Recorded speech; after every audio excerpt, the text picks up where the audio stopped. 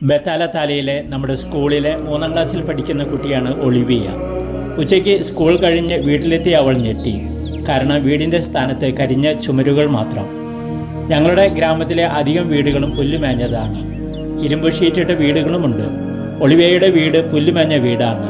November മാസത്തിലെ ഇവിടുത്തെ 40 degree സെൽഷ്യസിലെ ചൂടിനിടയിൽ നട്ടുച്ചയ്ക്ക് അവളുടെ വീടിന് തീ പിടിച്ചു. ചുറ്റും ഓലക്കുടിലുകളാണ്. വീടിനുള്ളിൽ അവളുടെ അമ്മയും ഇരട്ടകളായ 2 മാസം പ്രായമായ കുഞ്ഞു സഹോദരങ്ങളും മാത്രം.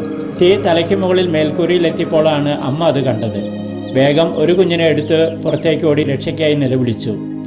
മറ്റുള്ളവർ ഓടി വന്ന് മറ്റേ കുഞ്ഞിനെയും എടുത്ത് പുറത്തേക്ക് ഇറങ്ങി. അധികം സാധനങ്ങളൊന്നും എടുക്കാൻ പറ്റാത്ത വിധത്തിൽ തീ ആളിക്കത്തി. ഒളിവിയ വീട്ടിലെത്തിയപ്പോൾ കണ്ട കാഴ്ച ഇതായിരുന്നു. ഒളിവിയയുടെ വീട്ടിൽ അവർ 4 മക്കളാണ്. 2 മാസം പ്രായമായ ഇരട്ട കുഞ്ഞുങ്ങൾ, ഒരു ആണും ഒരു പെണ്ണും. ഇവരുടെ തറവാട്ടിൽ അടുത്തടുത്തുള്ള വീടുകളിൽ ഈ 2 മാസത്തിനിടയിൽ 3 അമ്മമാർ ഇരട്ട കുഞ്ഞുങ്ങൾക്ക് ജന്മം നൽകി. അതിൽ ഒരമ്മയ്ക്ക് 3 കുഞ്ഞുങ്ങളാണ്. ആകെ 5 ആണും 2 പെണ്ണും. അതിൽ തീ അപകടത്തിൽ നിന്നും രക്ഷപ്പെട്ട 2 കുഞ്ഞുങ്ങളാണ് ഒളിവിയയുടെ ഈ കുഞ്ഞു സഹോദരങ്ങൾ. ദൈവപരിപാലന എന്ന പോലെ ആർക്കും ആളഭയമില്ല. മാത്രമല്ല തൊട്ടടുത്തുള്ള മറ്റു ഓല വീടുകളെ ബാധിച്ചില്ല എന്നതും വളരെ ആശ്വാസകരമാണ്.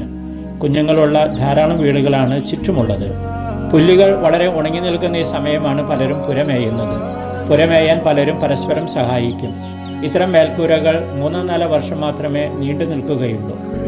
പരാതി ദൈവത്തോടാണെങ്കിൽ ഈ കഷ്ടം ഒഴിവാക്കാമായിരുന്നു എന്ന് പറയാമായിരുന്നു. മനുഷ്യനെ കഷ്ടപ്പെടുത്തുന്ന അദൃശ്യ ശക്തിയാണ് ദൈവമെന്ന് ചിലരെങ്കിലും ചിന്തിക്കുന്നുണ്ടാകാം. ഈ കഷ്ടതകളിൽ മനുഷ്യനുള്ള പങ്ക് നാം സ്വയം നീതീകരിച്ച് എളുപ്പത്തിൽ മറച്ചുവെക്കും.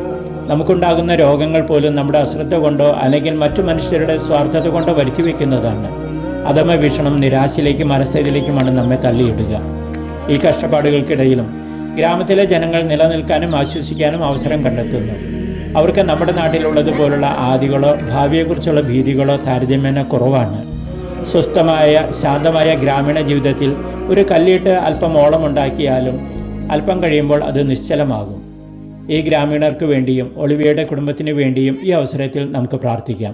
മഡഗാസ്കറിൽ നിന്നും ഫാദർ ജോൺസൺ തളിയത്ത്.